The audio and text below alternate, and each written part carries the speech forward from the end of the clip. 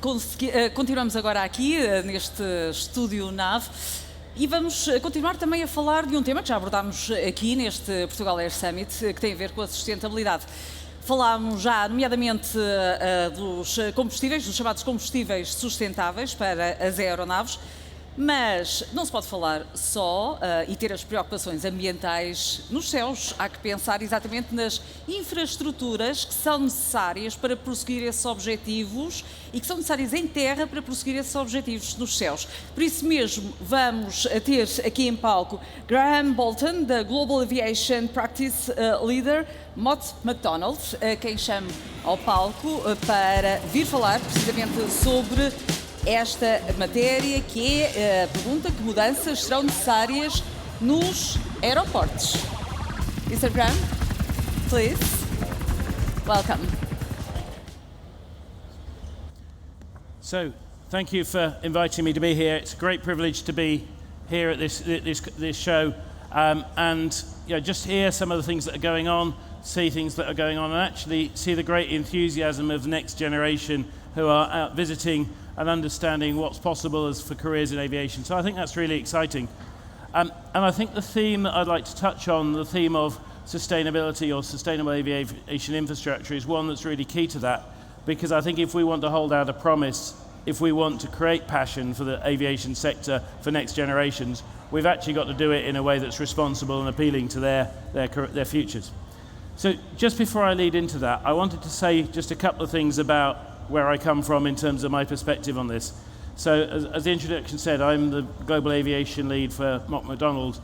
We're an international consultancy who provide consultancy advice on business strategy, planning, design, and delivery of infrastructure for airports, but work in other sectors, including broadly transportation and energy.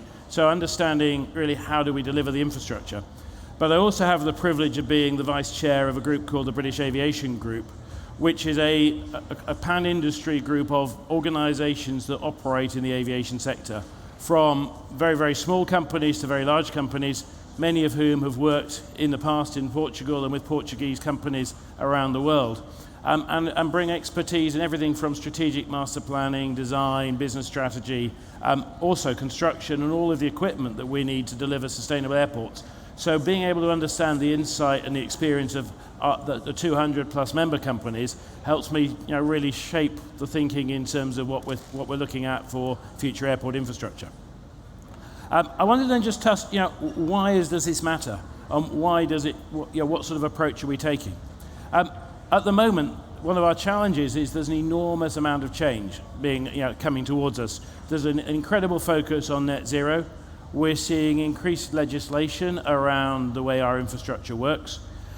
We're seeing a lot of change in terms of future aircraft technology, the discussions around sustainable aviation fuel, the advent of advanced air mobility, the discussions about future fuels, whether they're going to be hydrogen, electric, or some other energy vector. And there's a risk of that bringing confusion and lack of an approach. And there's a risk of us doing one of two things as a result. One of them is we do nothing because it's all too difficult, and we don't know what we should do, so we don't do any of it. The alternative is that we do something because we've got to be seen to do something, but we do it piecemeal. So we solve bits of the problem, and in solving bits of the problem, we potentially miss an opportunity to do something bigger and better. Or worse, we actually do something we're going to have to unpick in 3 years' time because we've got the wrong standard.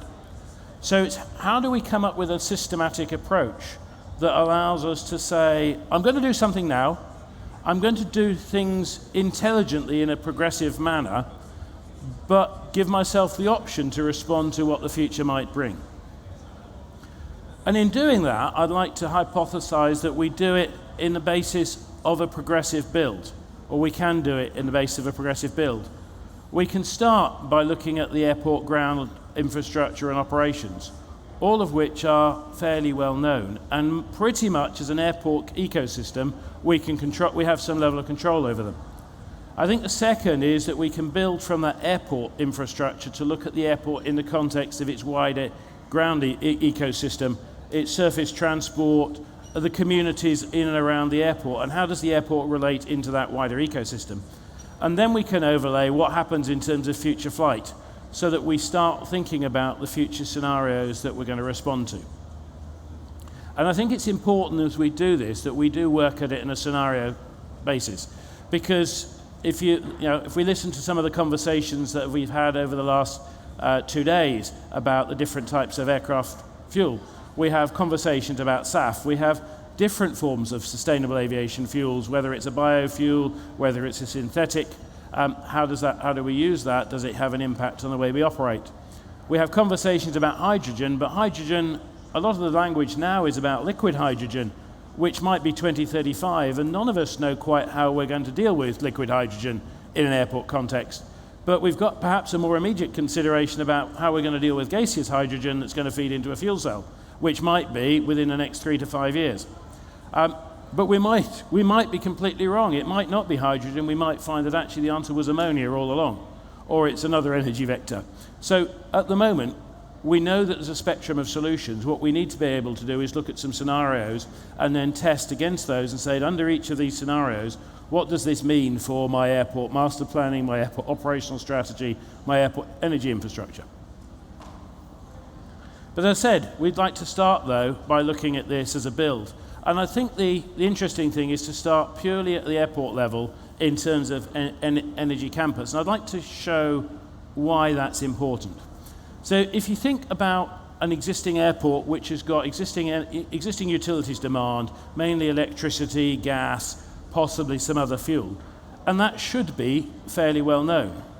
Although I think if you look at many airports, you find that actually the level of knowledge you have about what the real demand profile is over time is not as good as it perhaps could be.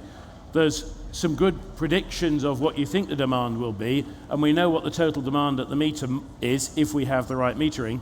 But actually some airports, you don't even have a consolidated set of meter data that says, what am I actually using today across the airport, across all of the stakeholders within my FSI boundary? So the first thing we could do is actually understand that.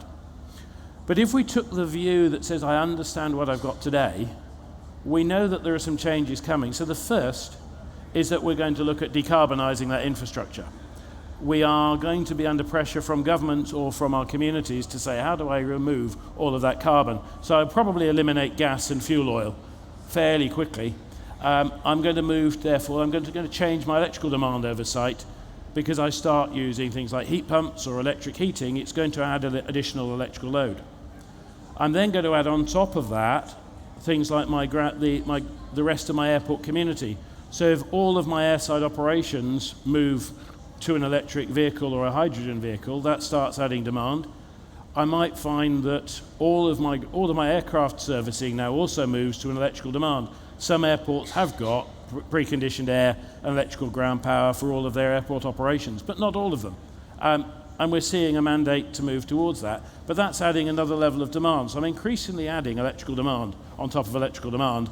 And I then say, but I also have a landside access where I might want to provide electrical supplies for electric vehicles for my customers, although the model might be difficult in terms of when they arrive. I certainly want to be able to think about landside buses. I want to think about the airport community and possibly rideshare, probably car rental, all of whom start adding electrical demand on top of electrical demand. The danger is we start adding these things on top of each other and we get a very big number. But we get a very big number perhaps only at one time of the day. If we step back and said, what's my overall demand profile, and which bits of this can I control, which bits of it can I switch on and off? I don't have to have the cooling running all the time everywhere. I can choose when I charge some of these vehicles up. I can choose whether I use the storage capacity of some of these vehicles in order to balance my demand. So if I start looking at the airport within my own boundaries, within the things I can control as a total system, I can do two things as a result, or three things as a result. The first is I can reduce the peak demand because I balance the peaks across the day as far as is possible. And in doing so, I reduce the total amount of infrastructure I have to install, which saves me space and saves me capital investment. The second is I can then start looking at actually how do I charge for that. And I can look at how I buy my electricity, how I use my electricity, and start saying, okay, well, I can now buy at different times and sell at different times. And I might then start looking at whether I put energy storage in that gives me greater resilience. In doing so, I've now got an airport system that does two things. The first, it moves the whole of the airport operation towards a net zero position, but it does so not just in achieving net zero, because I think we have to say as a community, net zero is non-negotiable. We have to achieve the net zero goals. But we can do net zero goals in a way that makes good economic sense, because we look at managing our demand, we look at when we buy and sell electricity, we look at whether we generate our own or we buy it because of the resilience. So I get a better system as a whole at my airport level. I can then step back and say, but the airport doesn't exist as an island. I've created an energy node. It's a very large energy node. It's the size of a small city in terms of its demand. But actually, quite often we're thinking about the airport in isolation from the wider community. I know, talking to some friends in Scandinavia, that they say, well, actually, that's not quite true, because we get all our heat from a local heating system. So there is some connectivity. But increasingly, if we start saying, well, the airport's going to become a bigger and bigger user and source of electricity, it might have its own electricity generation either on site or in some infrastructure it's developed with partners in the local ecosystem. But it might also need to start saying, even for its own operation, it starts bringing in hydrogen. So an airport potentially becomes a small-scale hydrogen hub because it wants to use hydrogen for landside vehicles, airside vehicles, for heating. And in doing so, I start creating capacity and capability that might be of value to a wider system. So once I build hydrogen infrastructure in a location where I've got all of the security controls, all of the information management, who else would I serve from that node? And actually, what value does that give to my local communities? So we sort of move from creating the airport as its single system into saying, how do I create an airport as part of a wider community ecosystem? And I can then start overlaying on top of that, what would be the scenarios in terms of how does that airport system start to support future aircraft types? So the first challenge that I think we're going to find within the next 3 to 5 years is the electric aircraft. Electric aircraft is almost certainly going to remain a very small part of our total demand, because the reality is that the ranges that they can serve and the payloads that they can carry, because of the limits of battery weight, are only ever going to be a very small part of our operation, except for some of the smaller regional airfields. And I'm sure Tim, colleague from BAG, will talk a little bit about that a little bit more tomorrow.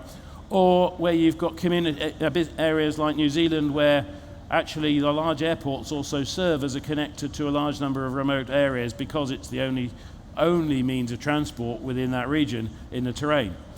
But even so, the electric demand is going to be fairly small, or the electric aviation activity is going to be fairly small, but the demand is still significant at the level of an airport. If you start looking at needing 400 kilowatts in order to charge an aircraft, actually that's quite a big part of electrical demand for a small airport. If I've looked at my site-wide energy and said I've already looked at energy balancing across the site, I've thought about my supply solutions, and I've thought about storage, you can then start overlaying on top of it, what if I need to have 5 electric aircraft coming in at peak? Can I accommodate that peak demand? Do I have the storage capacity? Do I have the infrastructure to add that on top of what I'm doing? And at what point in a development life cycle do I need to add that in? Is that something I should be planning for now when I'm sizing my substations? Or is it something that says I've got a scenario that says in 3 years' time I might need to add that? I know where I'd add it, but I'm not spending any money now because it's a bit uncertain. In the same way, we can start looking at the hydrogen infrastructure and say, well, I can predict with reasonable degree of confidence that the first hydrogen aircraft we're going to deal with are going to be, again, the sub-regional aircraft, probably on fuel cells, listening to our colleagues from Airbus, which are probably going to be supported by gaseous hydrogen. Well, I probably can start building the capability to handle gaseous hydrogen in the next 3 to 5 years, because I'm going to use it for other bits of my ecosystem on airport and off airport. And I can again scenario plan that says, well, what if I start getting some zero avia flights coming in that need, or some HART aircraft coming in that are going to start needing hydrogen supplies in 5-10 years. Well, I've already got a network. I've thought about where I'm going to put the storage. I'm thought about whether I'm going to do my own electrolysis or I'm going to bring it in. But again, I can start building this at a progressive stage. And then I can say, well, at the moment, I'm very unlikely to do anything today that supports liquid hydrogen, because we really haven't worked out how we're going to do aircraft turnaround. We really haven't thought about whether it's how much you can do in fixed infrastructure or mobile infrastructure. But I can start building the capability and understanding. I understand the safety requirements of handling hydrogen on my site. Once I do that, I'm better prepared for something in the future. But I can also start thinking in my master planning, said, if that was to happen, what would I do? Do I need to have safeguard space? Would I be able to find space for hydrogen bowsers on site? Would I be able to find somewhere in the local system that would support liquefaction? And again, if I have large-scale hydrogen, what would that mean in terms of my local communities? Because again, if we start looking at the scale of hydrogen provision on the ground that we need to support large-scale aircraft operations, you start saying, this is a really nationally significant hydrogen hub. What else am I going to start using it for? So I think if we take that progressive approach, we start understanding what I can do today. We start understanding some of the scenarios, and where that takes us to is being able to say, I can now start building a roadmap in terms of what is my campus-wide energy strategy that supports my infrastructure that I'm going to need for the next 5, 10, 25 plus years. And that's consistent with an approach we would take for master planning. If you think about what IATA would recommend in terms of the way you develop a master plan, every airport should have a master plan, and a master plan should set a long-term strategy for a 25 plus year horizon. But it should also start thinking about the phasing and the trigger dates that I need to get there. So in the same context, that we should be looking to say, I have a campus-wide, possibly campus plus-wide strategy for infrastructure that starts looking at the overall energy demand, that starts looking at the future scenarios, and that fits alongside, probably integrated into my airport master plan, that allows me to say, well, this is what I actually know I can do today, with no regret. These are the initiatives I might do today, recognizing their regret spend, but actually the business benefit of doing them for the next 5, 10, 15 years in terms of my community, my resilience, my cost base is great. And I can then say, over the pathway for the next 25 years, where are the key trigger points at which I need to be able to make a decision?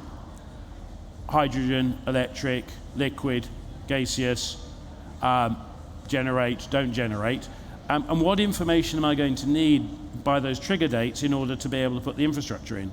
Recognizing that actually, coming back to the timeline, the sort of timeline Airbus are talking about, if I want to have hydrogen aircraft on the ground that rely on liquids by 2035, I'm going to be putting any infrastructure in for that in 2030 to 35, which means it needs to be in my capital investment planning in the period 25 to 2030, which is not very far away.